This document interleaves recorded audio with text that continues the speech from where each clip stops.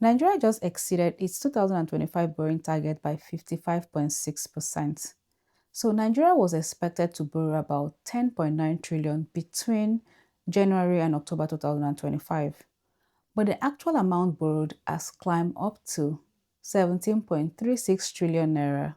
That is an excess of roughly 6 trillion naira beyond approved limits.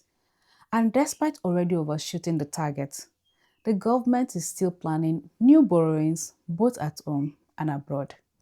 Now, to understand this, let's walk through how the government plans and approve its borrowing each year.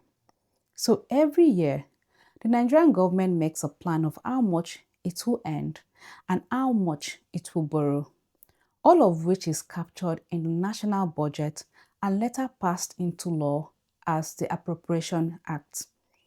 The Act doesn't just guide spending, it also sets the borrowing limit, the maximum amount the government is legally allowed to take within that fiscal year. So who does this plan? This borrowing plan starts with the Federal Ministry of Finance and the Budget Office of the Federation. They draft it, the President proposes it, and the National Assembly approves it. So based on this, the federal government has already exceeded its 2025 borrowing target by 55.6%. In other words, the government has broken its own rule without feeling the need to explain. So the question is, how and where are these loans obtained?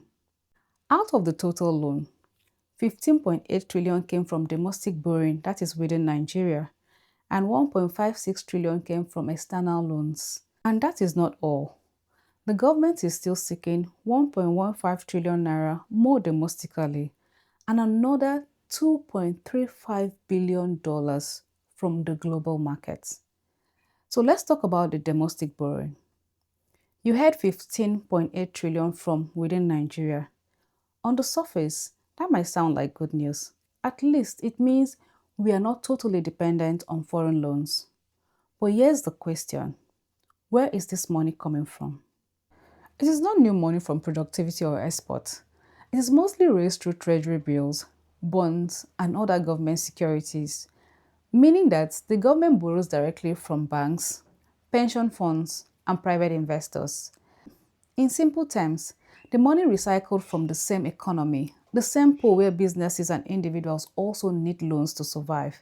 So this makes it harder for small businesses to get loans, to raise capitals or expand because less money circulates and a good reason for inflation to soar. Oh yes, when the government borrows too much within the country, it offers high interest rate to attract investors. The banks now raise their own rates to keep up, and that makes borrowing more expensive for everyone.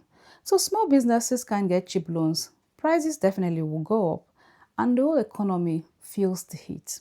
So when the federal government goes beyond that limit without approval, it is technically a breach of the Appropriation Act, which is a law passed by the National Assembly, and it also undermines fiscal discipline, which clearly states how much the government can spend and how much it is allowed to borrow.